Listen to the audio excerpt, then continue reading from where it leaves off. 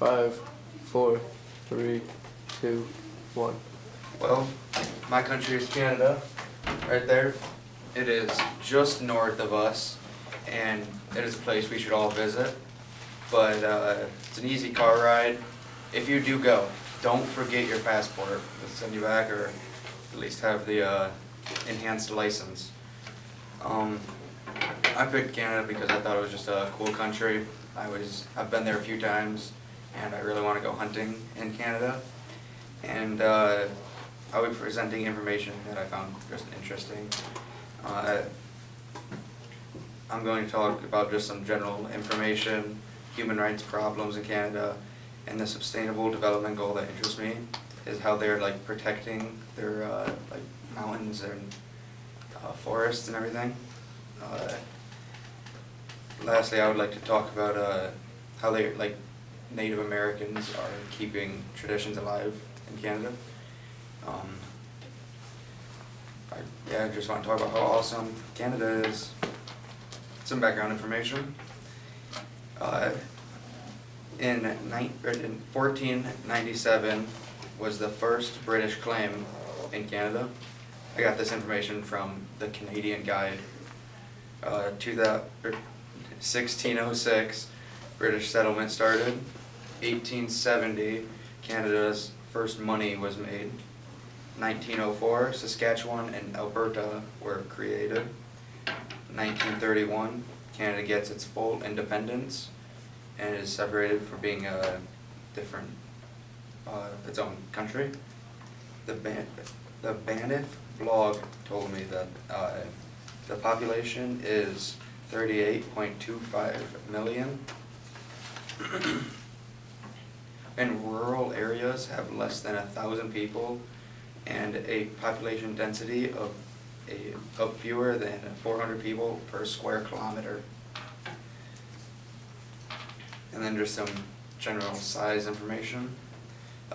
The actual size of the country Canada is the second largest country at 9.98 million square miles.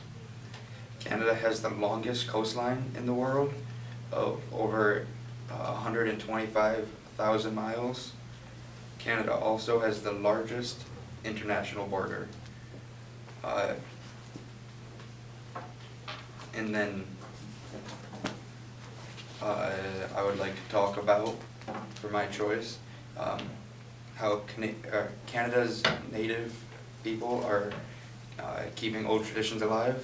And a common misconception is that Native Americans are just from the United States, but they are from all of America.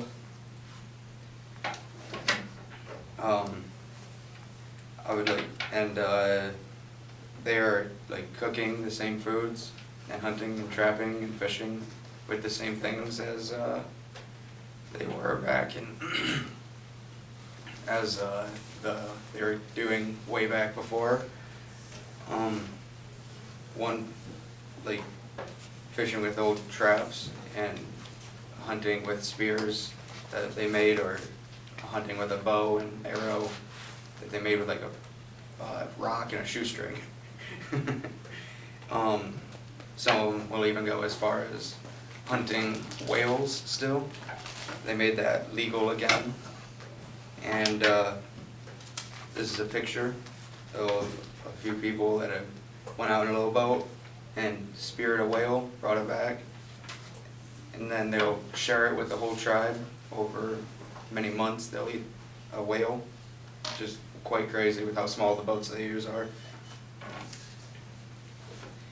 And the next thing I want to talk about is human rights.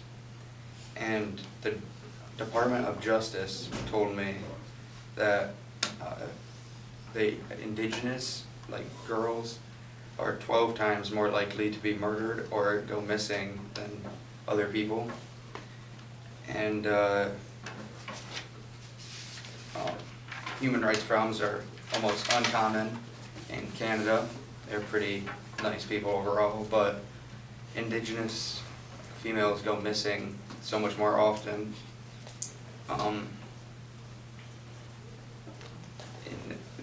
In 2016, it was addressed with an epidemic level of violence. This is blamed because of systemic discrimination with laws against Indigenous people from Canada, but most of those laws were taken out of use quite a while ago. And the Sustainable Development Goal that I wanted to talk about was over the mountains and how Canada is protecting them. The government of Canada is where I got most of my information from this one, and it says that almost 24% of the landmass is covered by mountains in Canada. These mountains provide a wide range of benefits like fresh water, natural resources, shelter for animals, beautiful scenery, great hunting and fishing. Some of the world's best hunting and fishing, and the forests are dominate many of Canada's landscapes, and but cover only 40% of the land base.